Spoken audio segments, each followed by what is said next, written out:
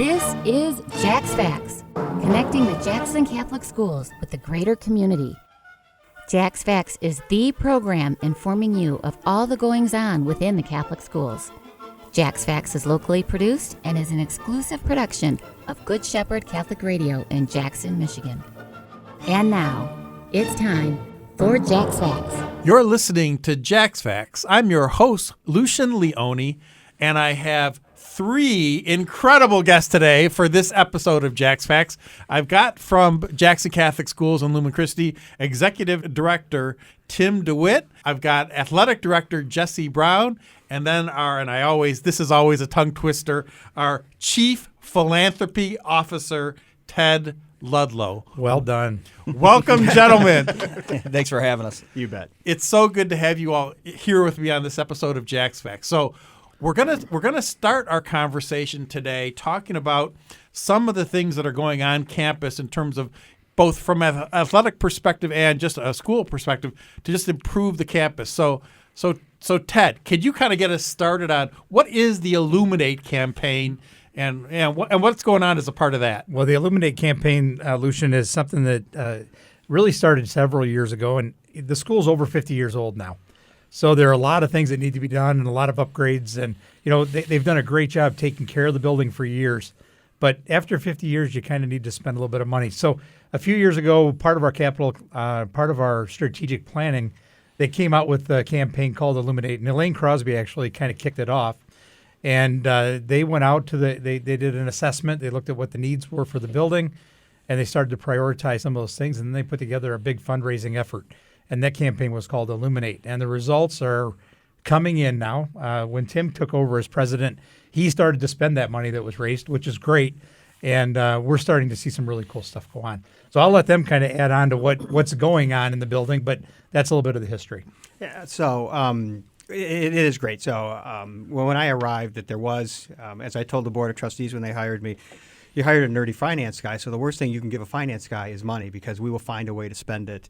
And so going through the strategic plan and looking at where the areas of concentration and concern that we had, we were very deliberate and very tactical about our spending. So, for example, we did upgrades of 4 science classrooms and a chemistry lab, to well over $1.1 million on just those rooms themselves.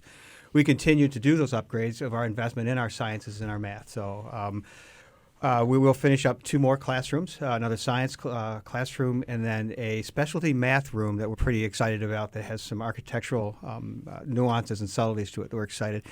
And then the other thing that I'm excited about is we're actually going to be doing just a simple classroom, but that classroom is going to be a template of what we want the future classrooms to start to look like as we do more classrooms down the line. So, some enhanced technology, some very innovative way that the desks are going to, connect and disconnect, and how we can create kind of a theater area, and then lots of whiteboard and all those wonderful things that the teachers are needing. I think it's also important to note that it isn't just brick and mortar stuff that was accomplished through Illuminate. Through a very generous gift from Richard Neuenfeld, we received $1 million gift that was endowed to Jackson Catholic Schools, that is currently in the foundation, and it is used exclusively for our grade schools to help them with their financial aid that we distribute appropriately. So it just isn't the brick and mortar stuff that we worked on and that we're getting done. I think Ted is spot on that we continue to work on programming. We continue to understand future needs and needs that were identified within the Illuminate campaign. And most importantly, just to continue to work with not only our donor base, but companies and those individuals that see the need of enhancing this 50-some-year-old building. But I also like to make mention that aside from the Illuminate campaign, we don't forget our grade schools. So we look at the technology needs that our grade schools need. We look at some of the new classroom fixturing that we want to do there as well. So it isn't just Lumen Christi. We're also looking at the other 3 grade schools as well and how we can enhance those too. Well, and Tim, that's such an important point, because I think a lot of people in the community who may not be following real closely what's going on may not be aware of how much that's happened since we've really become Jackson Catholic Schools. And so, like, for all of us in this room, we take a lot of we're working as much as we can for the grade schools as we are for Lumen Christi. Absolutely. In fact, St. Mary's, for example, is benefiting greatly through what we call EANS funding, which is COVID money that came through, where we're going to be in a position to literally change out all of the fixturing and furniture in every single classroom, enhance with new technology, and do some other things in the school as well.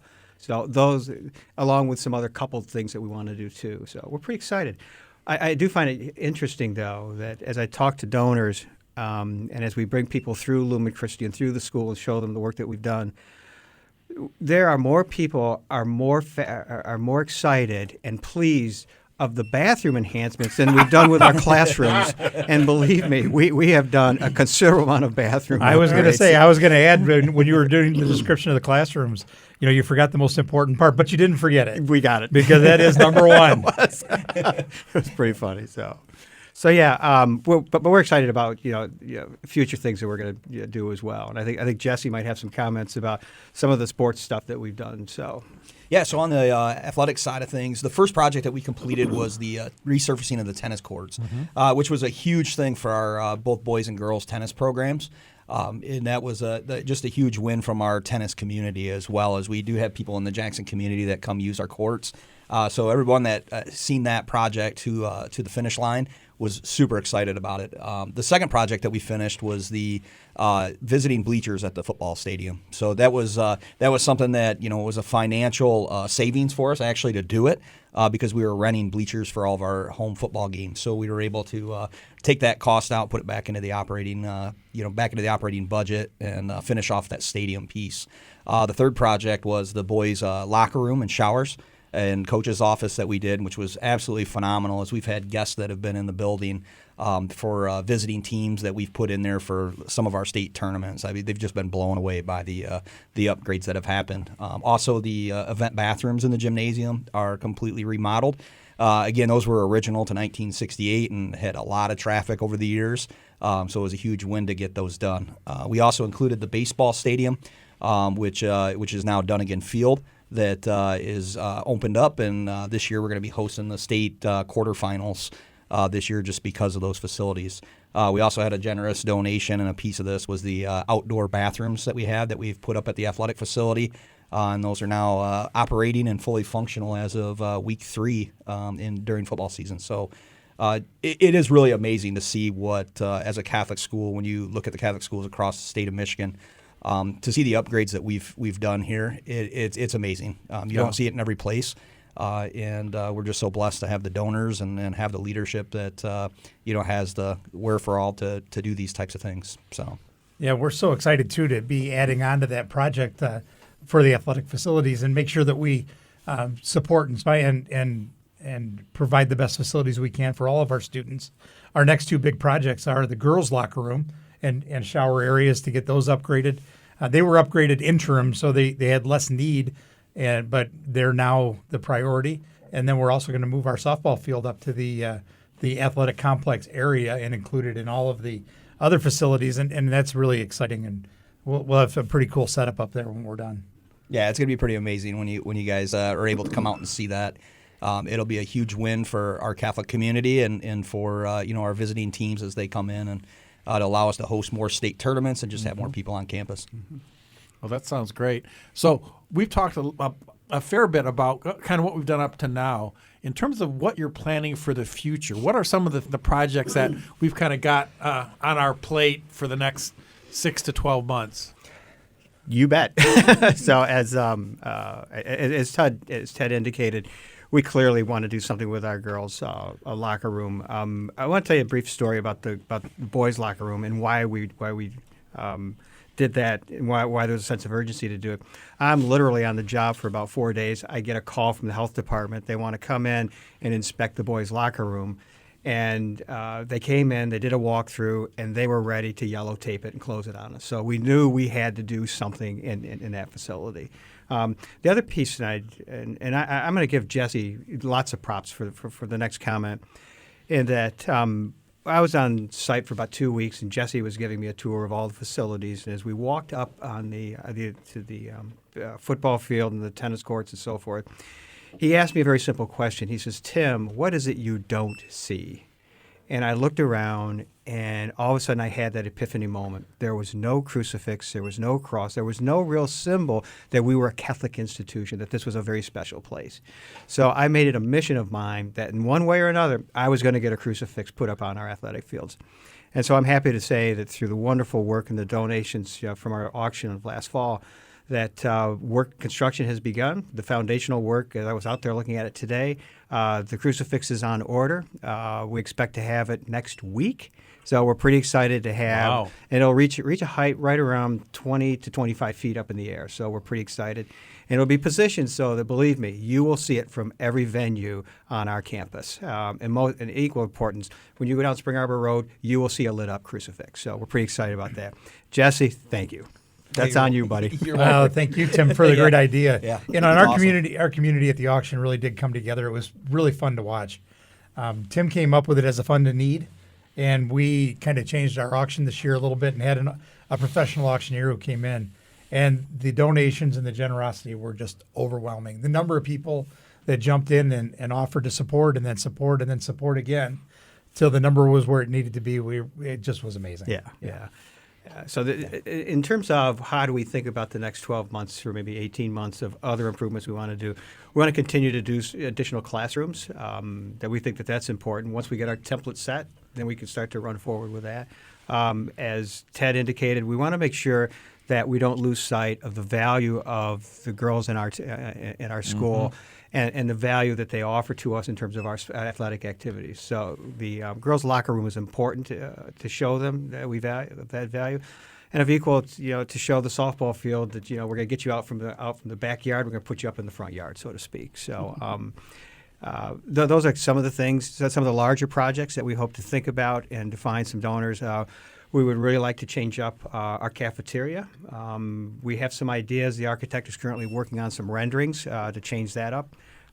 It's really kind of a cafetorium because we actually use it as a performing theater art in there as well. So, And we have mass in there every week. So it's a very functional room. Yeah, it sure is. It sure is. And then the architects will come back then, and one of my favorite projects that I would really like to see is our library to be really turned into what we call a student learning center. Because you go to colleges today that there's a lot of technology. They have isolated rooms, quiet rooms where you can have one-on-one teaching experiences and things of that nature, and really turn it into a really moving forward learning center for the students. So that's another one that's in scope for us as well. Wow, that sounds great. So there is a lot that not only we've accomplished in the last 12 months, but you've got on the horizon for the next 12 months. That is really, really exciting. Jesse, I would like to hear from you a little bit about the Night of Champions, because this is I think an amazing event that was canceled because of all the loss of power and the wind and the ice storm. And so we're going to be doing the Night of Champions again. When's that going to be happening? It's April 15th, which is a Saturday, so we moved it from a Thursday to a Saturday, and that will be going on in the cafeteria at Lumen Christi from 6 p.m. to 9 p.m. And it is really exciting, Lucian. I think the great thing about this is you have three coaches that have 50 years of experience each that are working together to really build our Catholic community and to build our athletes and student athletes through competition. And the success of what they've had and the reasons why they've stayed have been super impressive to sit and listen to as we've prepped for this event. And I think if you choose to come out to that, you're gonna to really be blown away and really taken back by some of the things that you'll hear from Coach Herb Brogan, Coach Mike Woolsey, and Coach Dave Swartout. It hasn't been the big shoe contracts and stuff that have kept them around, right? No, it has not. No. If you ask them, they say they pay in every year. So that's for sure. Well, and I'm hoping, Jesse, you can talk a little bit more about that because, our football team obviously gets most of the publicity because everybody knows about football, and Herb has been an amazing coach. But I think, the other two coaches, because they're in sports that don't get as much publicity. And, when I came to learn, and I think you might have even said this, Tim, that Dave Swartout was one of your favorite teachers. He was, yeah. And that's the thing that to me is so significant about Lumen Christi is it's not just about turning out good football teams every year. It's about working with the whole student. The fact that, our golf coach has this amazing history at Lumen as an incredible teacher. What did Coach Swartout teach? So when I was a freshman, we had to take a speech class, so I had him for speech. And then my senior year, I was in an honors English lit class, and he was the teacher of that as well. So, so as I say, my mother gave me the great gift of reading because we were big readers in our family. Dave Swartout enhanced that for us, and I'll never forget. I always remember him for that. So, I also remember that he said to everybody in the freshman classroom, I'll never forget it, that when you do your first speech, you're going to get graded, and nobody will get over 70%. And my only claim to fame is I was the highest one that got a grade, and I got 58%. So in other words, I really sucked. Well, actually, based on the class, you did really well. So anyway, so Yeah. Back to that point about, if you really look at how this this athletic department has ran for the last 50 years, Dave Swartout's got 17 state championships. Yeah.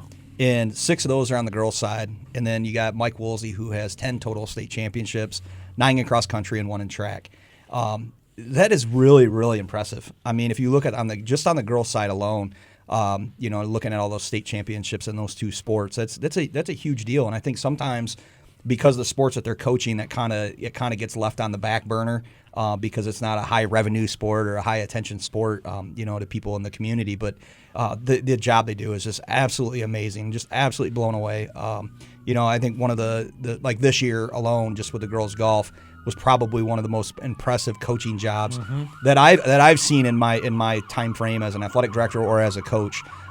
He did an amazing job from the time that those girls were freshmen to the end of their senior year.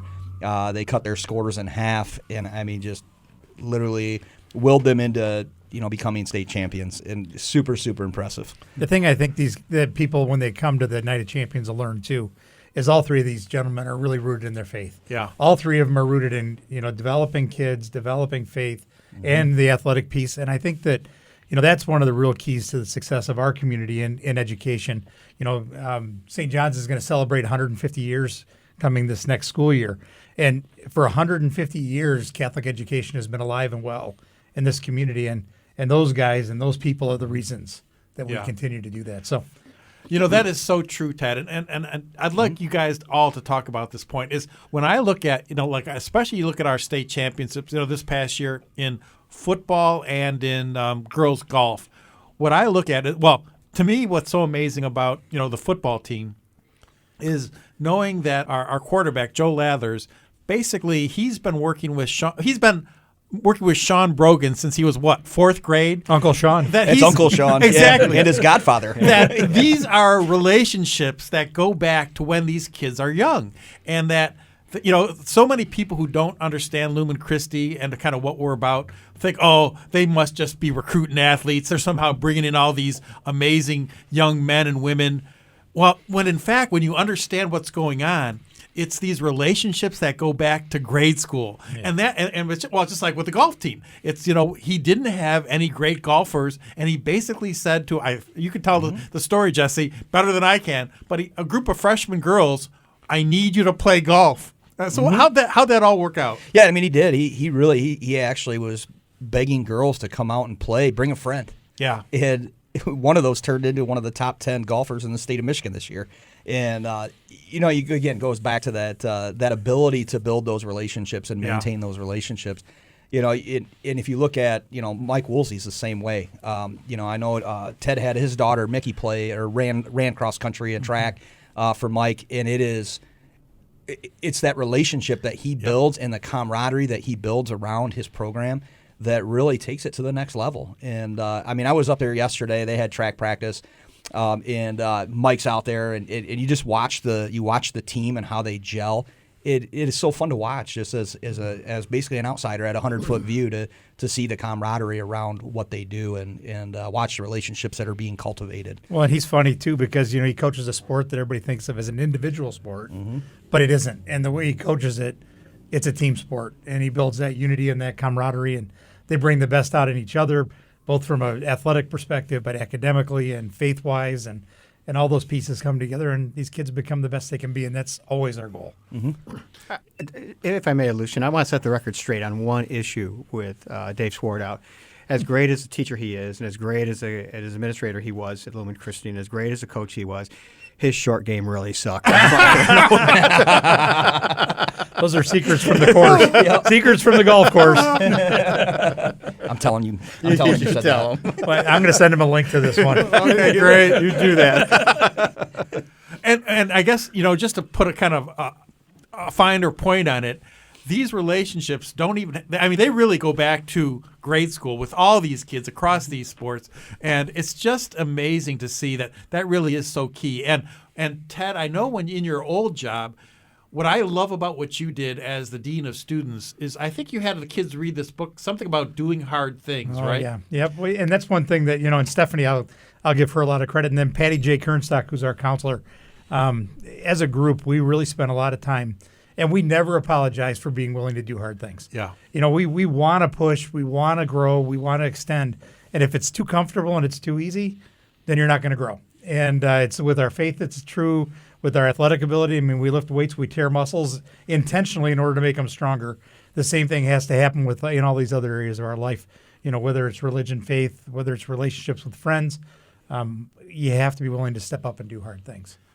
And that is, you had mentioned it, and I experienced the same thing because I've actually had some of the kids from both cross country and golf on Jacs Facts back after they won their state champion, or actually after the golf team won their state championships, and I just had some of the cross country, the girls and boys on the show just to talk about their season.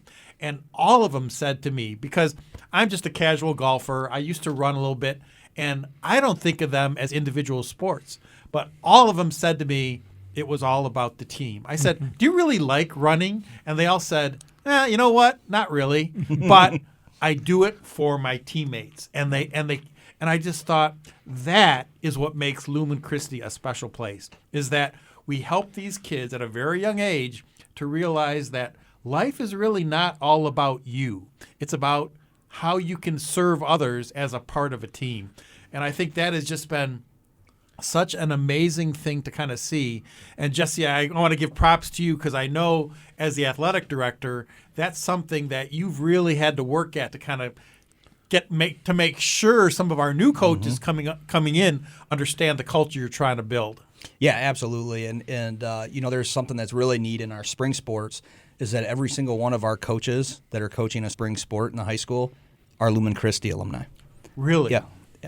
So that's really special for us, to see that happen and to watch them develop, what they've experienced in the past and what we're doing going forward in the athletic department. Yeah. Well, there's a lot that's going on there that to me is so exciting. We just have a few minutes left, but Jesse, I'm wondering if you could talk a little about us joining the Catholic League and kind of what that means for the athletic program over the next couple of years. Yeah. So the Catholic League transition is going well so far. So right now. What we're starting to see our winter schedules come in. So our fall schedules are set and entered in on lctitans.org. So if you're curious to see what that type of thing looks like, you can go right to our lctitans.org website and see what those fall schedules look like. But the transition is going well.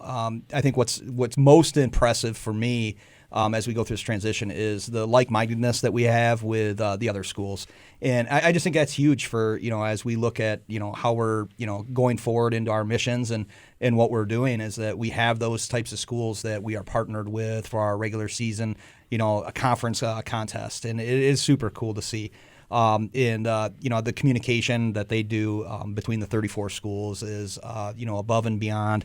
And it's a really neat thing coming out of the Archdiocese of Detroit to be able to run that type of a league. So super excited about it. And, I think that I think that what you're going to see is you're going to see a little bit of travel, but you're going to see a lot of our non-conference stuff is going to be local against our local county schools. And, you'll be able to see this transition, run smoothly. Yeah, we get kind of the best of both worlds. Mm-hmm. We do get the local piece where we are a part of our community locally, but we get that faith piece where we get to compete in like-minded situations. I think it's really cool. Yeah, it's very cool. And at the end of every season, the kids are honored at the championships of the Catholic League. So, if you were all conference or academic, it's all done like, for instance, in the fall, that's all done at Ford Field week 9 at the Prep Bowl. So our kids will be able to do that. And then in the winter, it's done at Callahan Hall. So they'll be able to go to Callahan Hall on University of Detroit Mercy's campus. And, we'll have students that get honored. Our teachers also get honored for service on their anniversaries of 5, 10, 15, 20, 25, and so on.